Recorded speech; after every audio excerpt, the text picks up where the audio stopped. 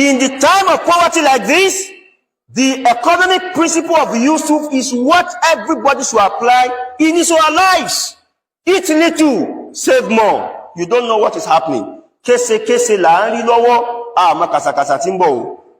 A dollar was just 800 naira or thereabout a couple of months ago. Now a dollar is over 1,000 naira. How much will it go? Nobody knows. Torí tó ń ṣe falafolo. Ọgbà salary ìkìláwà. Ìgbéraga week. Ọgbéra rẹ̀ sánlẹ̀ láìpẹ́. 70 years old man. Apologies. So I lost the audio at a point, so I had to kind of like rejig it and come back in. Let me know if you can hear me loud and clear. It's quite, it's very important. If you can, please let me know if the audio is perfect over there. So, like I said, if you have shared this broadcast, a big thank you to you. And we are going to start from the rider for this broadcast. And that is, do you remember the controversial tax bill? A lot of us have expressed our views on this bill, right? And it is because of, primarily number one, we don't trust ourselves. Everybody knows that Nigeria is one fake contraption put together to just be able to control, or call it the biggest concentration of the black people on earth. So then being able to control the same, that's pretty much it. So if we are to actually really be asked if we want to be together and under what conditions, there's one certain giant answer, and that would be not under the current arrangements. So because of this, we believe that the southern Nigeria is being robbed, right, by the political, the owners of Nigeria to, serve the north. And because of this, the idea of tax reform of Tinubu appealed to so many southerners, and including some northerners too. In that regard, right, it's a go-go. And to others who have actually managed to observe it very well, realize that, well, based on your division, it's easier for the likes of Tinubu to actually have a support on this, even when people don't even understand it in detail. So it's not going to serve the South as much as it's not going to serve the North. Here you get. So there are those who believe that we're like, it is fraudulent, especially the guy behind it, who is plotting to bring in his own alpha, beta, and what have you in, at the national level, so to say. So for those who are against, those who are in support, the Tinubu, the proponent of this, that's what makes it controversial. Sure, you get controversial bill. Finally, at what we are not sure is part of this bill that they have passed second reading now, that they will make some adjustments, which is so similar to what they are trying to change from. Everything else can go as the supposed state governors forum gave their approval. So it's now left for the National Assembly guys to pass it into bill, and Tinubu sign it into law, and then it goes straight into effect. And what would that change? Maybe everybody will be probably between the bias remorse after. Even those who are against it, who are unable to push their own explanation all through, and those who are in support of it, who have managed to believe a part of it that is, everybody will have to find out after all, what is it that they agreed to and what are they signing. So we are starting from that this evening, because the news is that they've already passed the second reading. And second reading means after a few abracadabra review, you're just going to hear the breaking news. The tax bill has been passed, because there are like 4 parts of it. I don't want to go too much into details. I just want to give you the updates according to the National Assembly, House of Representatives. Falake, I reserve the last session for you, being the chairman of the committee that will coordinate. So you have the floor. Thank you, Mr. Speaker. My name is James Abiodun Faleke. I represent Ikeja Federal Constituency. Honorable colleagues, I appreciate the Speaker, for giving me this floor. I want to say thank you to all the members. But particularly, I want to thank the Speaker for using his God-given talent, humility, to enable this session to have happened. I remember the day we started these debates, it was like the house was going to fall apart. But here we are today, everybody's on the same page because of the way and manner you have conducted it. I appreciate members. All the issues raised, I have noted down. And I want to assure that the public hearing will take note of all these issues, and when we do come back with the reports, I'm sure all the issues raised will be accommodated. I appreciate all the leaders. I appreciate you, the leader of the House.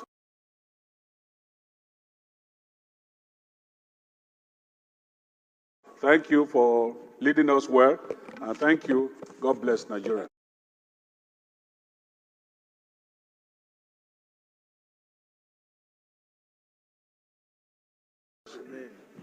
Thank you very much. So without any waste of time, we go ahead and put the question. Those in support of this motion should say aye. Those in support should say aye.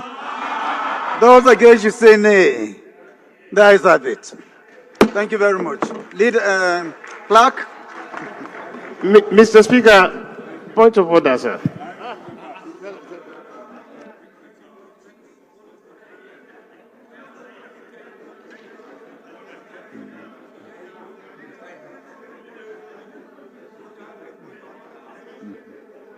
Clerk, go ahead. Right Honorable Speaker, honorable members. A bill for an act to provide for assessment, collection of, and accounting for revenue accruing to the Federation, federal, states, and local governments, prescribe the powers and functions of tax authorities and for related matters. Second reading. A bill for an act to repeal the Federal Inland Revenue Service Establishment Act No. 13, 2007, and enact the Nigeria Revenue Service Establishment Bill to establish Nigeria Revenue Service charged with powers of assessment, collection of, and accounting for revenue accruable to the government and of the Federation and for related matters. Second reading. A bill for an act to establish the Joint Revenue Board, the Tax Repeal Tribunal, and the Office of the Tax Ombud, and for the harmonization, coordination, and settlement of disputes arising from revenue administration in Nigeria and for related matters. Second reading. A bill for an act to repeal certain acts on taxation and consolidate the legal frameworks relating to taxation and enact the Nigeria Tax Act to provide for taxation of income, transactions, and instruments and for related matters. Second reading. The four bills are referred to the Committee on Finance for further legislative action.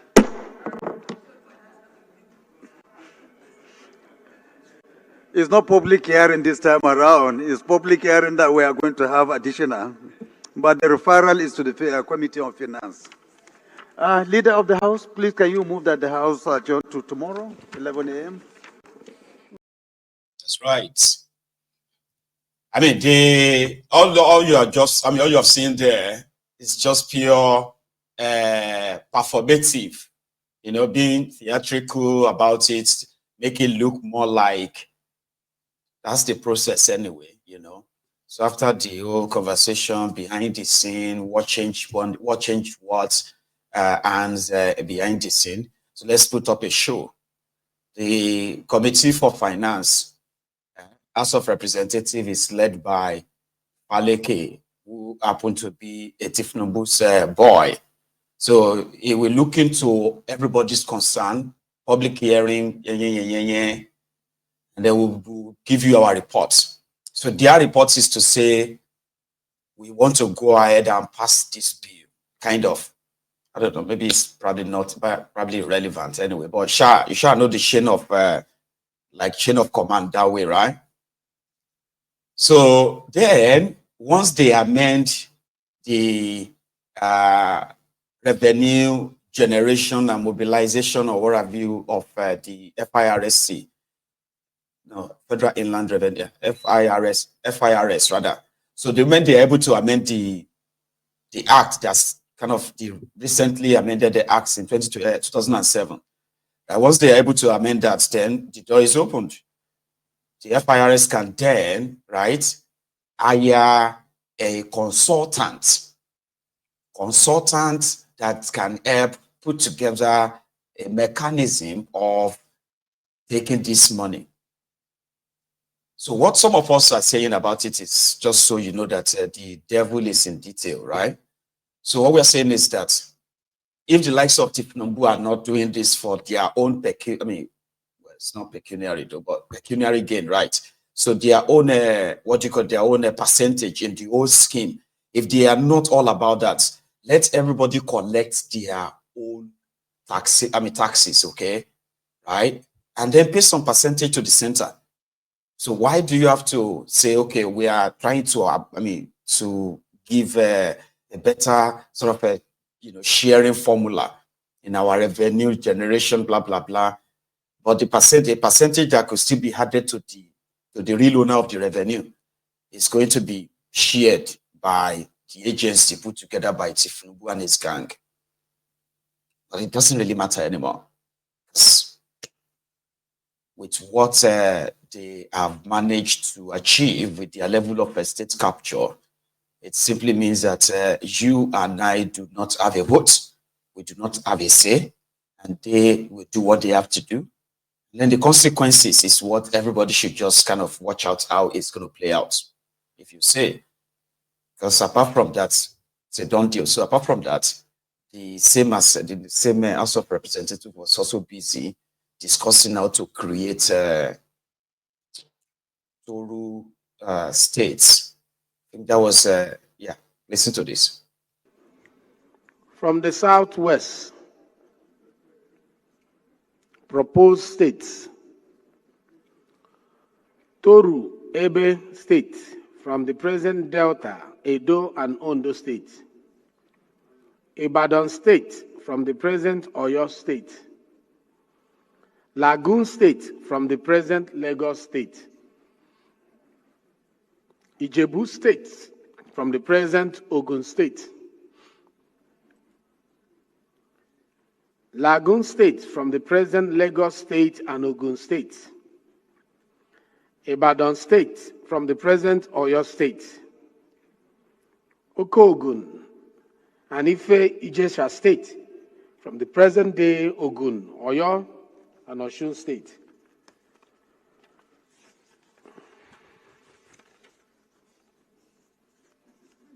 The committee has reviewed the proposals for the creation of new states in accordance with Section 8, Subsection 1 of the Constitution of the Federal Republic of Nigeria, 1999, as amended. This section outlines specific requirements that must be fulfilled to initiate the process of state creation, which include the following: new state and boundaries. 1.